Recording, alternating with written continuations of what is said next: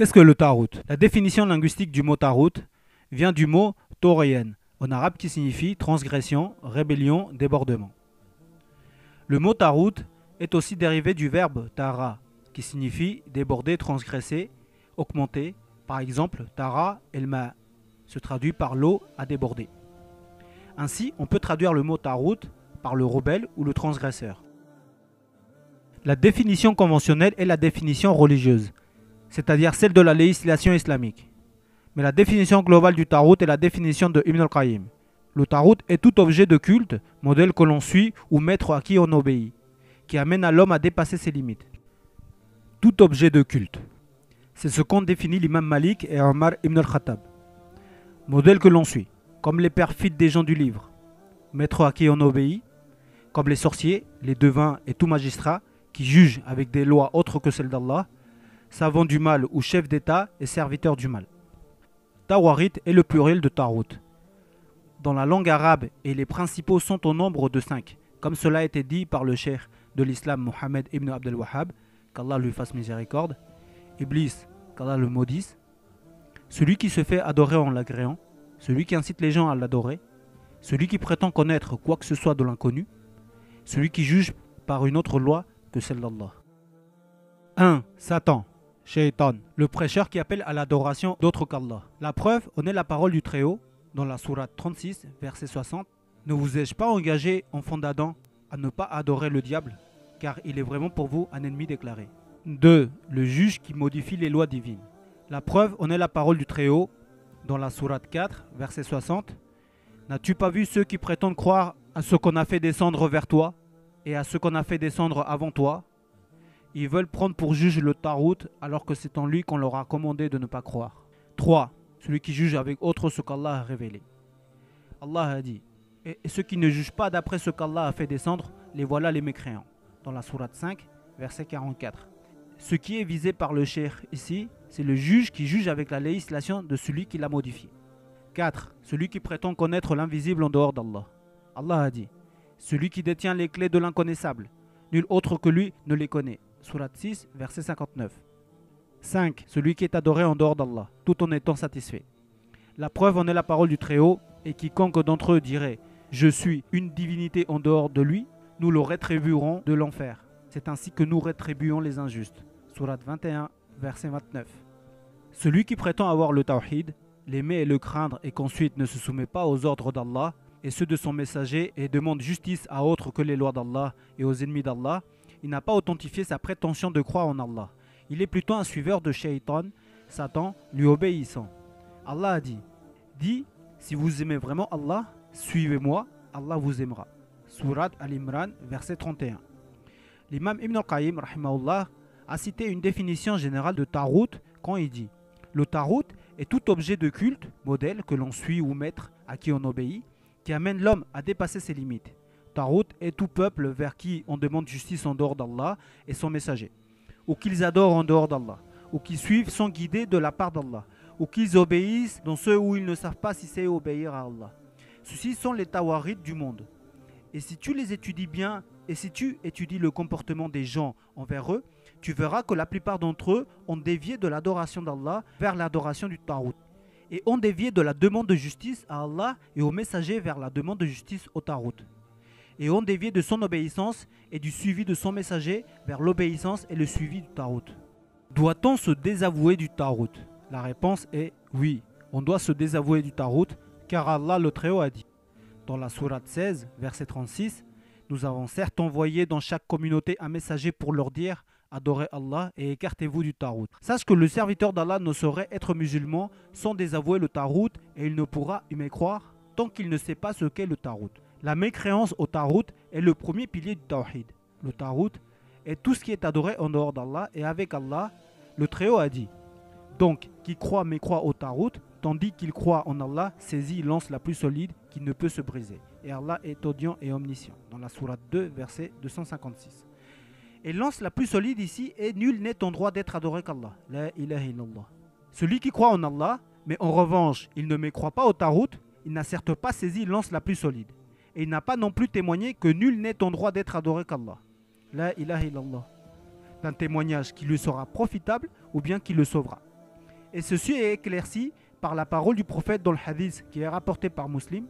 Celui qui a dit « Nul n'est en droit d'être adoré qu'Allah, la ilaha illallah, et mécroit à ce qui est adoré en dehors d'Allah, ses biens et son sang sont illicites et Allah le jugera en dernier ressort. » Cheikh Mohammed ibn Abdel Wahhab a dit « Et sa parole, et mécroit à ce qui est adoré en dehors d'Allah, est une accentuation de la négation. Son sang et ses biens ne seront préservés que par ceci. » De ce fait, nous trouvons dans le verset précédemment cité que la mécréance au Tarout est venue avant la foi en Allah. Afin de montrer l'importance de ce fondement, Allah oblige à tous ses serviteurs de désavouer le Tarout. Le désaveu est une obligation imposée à tout un chacun des serviteurs d'Allah, que ce soit les hommes ou les djinns. Comment se désavouer du Tarout? Pour se désavouer du Tarout, il faut le désavouer dans l'adoration, car Allah a dit « Il en est ainsi parce qu'Allah est la vérité, et que tout ce qu'ils invoquent en dehors de lui est le faux, et qu'Allah, c'est lui le haut, le grand. » Sourate 31, verset 30. Mais Allah nous demande aussi un éloignement du Tarout, car il nous dit « Nous avons envoyé dans chaque communauté un messager, pour leur dire « Adorez Allah et écartez-vous du Tarout » dans la sourate 16, verset 36. Pour savoir comment se désavouer du Tarout, il faut commencer en premier par le détester par le cœur et en souhaitant sa disparition, s'opposer à lui et éprouver de la répulsion pour lui. Ceci est une obligation perpétuelle qui ne tombe en aucun cas, pas même sous la contrainte, car la contrainte ne peut avoir d'effet sur la conviction du cœur. En effet, parmi les gens, il en est qui délaissent le Tarout par la parole et les actes, mais ne le délaissent pas par le cœur, c'est-à-dire la croyance. Telle est la situation des hypocrites. Deuxièmement, il faut le désavouer par sa langue. Et ceci se concrétise en attestant oralement que le Tarout est un mécréant qu'il ne vaut rien. Que ses serviteurs qu'il adore sont des mécréants aussi. Allah a dit « Dis, ô vous les mécréants, je n'adore pas ce que vous adorez. » C'est-à-dire, dis de ta langue. Et Allah a dit « Et lorsque Ibrahim dit à son père et à son peuple, je désavoue ce que vous adorez. Mais en cas d'incapacité, l'obligation du désaveu de la langue tombe, comme le prouve la parole d'Allah. Craignez Allah tant que vous le pouvez. Mais ceci à condition que cela soit une réelle incapacité. Parmi les gens, il en est qui le délaissent par la croyance, mais ne le délaissent pas par la parole. Comme ceux qui jurent sur le respect des statues, idoles et tawarid. Troisièmement, désavouer le Tarout de sa main consiste à le briser et le faire disparaître. Et ceci est une obligation dès qu'il en a la capacité. Et la preuve de cela est que le prophète sallallahu alayhi wa sallam brisa les idoles et les statuettes lorsqu'il conquit la Mecque et envoya aussi des compagnons pour détruire les idoles des alentours. Parmi les gens, il en est qui délaissent par la croyance, mais pas par les actes, comme ceux qui se prosternent devant le Tarout ou vont demander son jugement. On se doit de les détester, ne pas les aimer et les prendre pour ennemis, et la preuve est dans ces versets pour en citer quelques-uns. Allah Ta'ala a relaté les paroles d'Ibrahim lorsqu'il dit à son peuple, dans la sourate 26, versets 75 à 77. Que dites-vous de ceux que vous adoriez? Vous et vos vieux ancêtres, ils sont tous pour moi des ennemis, sauf le Seigneur de l'univers. Et dans la sourate 60, certes vous avez eu un bel exemple à suivre en Ibrahim et en ceux qui étaient avec lui, quand ils dirent à leur peuple, nous vous désavouons, vous et ceux que vous adorez en dehors d'Allah. Nous vous renions. Entre vous et nous, l'amitié et la haine sont à jamais déclarées jusqu'à ce que vous croyiez en Allah seul. Le croyant doit traiter de mécréant le Tarout, ainsi que ceux qui l'adorent, ceux qui le prennent pour allié, et il faut traiter de mécréant toute personne prêchant ou venant avec la religion de la mécréance. L'imam Mohammed ibn Abdel Wahhab a dit « Sache qu'Allah te fasse miséricorde, que la première obligation qu'Allah a imposée aux enfants d'Adam est la parole du Très-Haut. Nous avons envoyé dans chaque communauté un messager pour leur dire « Adorez Allah et écartez-vous du Tarout » dans la sourate 16, verset 36. Quant à la façon de mécroire au Tarout, il faut que tu sois convaincu que l'adoration d'autre qu'Allah est vaine, que tu la délaisses, que tu la détestes et que tu traites de mécréants ses partisans. Il dit encore qu'Allah lui fasse miséricorde, sache que l'homme ne saurait être croyant sauf s'il mécroit au Tarout. La preuve en est la parole du Très-Haut, donc quiconque mécroit au Tarout, tandis qu'il croit en Allah, saisit lance la plus solide, qui ne peut se briser. Sourate 2, verset 256. Mohammed ibn Abdel Wahhab rahimahullah a dit Allah, Allah, ô mes frères, accrochez-vous à la base de votre religion, son commencement et sa fin, son principe et son origine, le témoignage de la ilaha illallah, puis apprenez sa signification et aimez-la. Aimez ses adeptes et faites en sorte qu'ils soient vos frères, même s'ils vous sont lointains. Puis mécroyez aux Tawarid et haïssez-les, détestez-les et détestez ceux qui les aiment ou qui polémiquent à leur sujet, ou qui ne les traitent pas de mécréants ou disent « qu'ai-je à faire d'eux ?» ou Allah ne m'a pas chargé d'eux.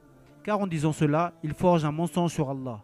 Allah, certes, les a chargés d'eux en leur ordonnant de les renier, de les désavouer, et cela même s'il s'agissait de leurs frères et de leurs enfants. Allah, accrochez-vous à cela. Peut-être rencontrerez-vous votre Seigneur sans rien lui associer.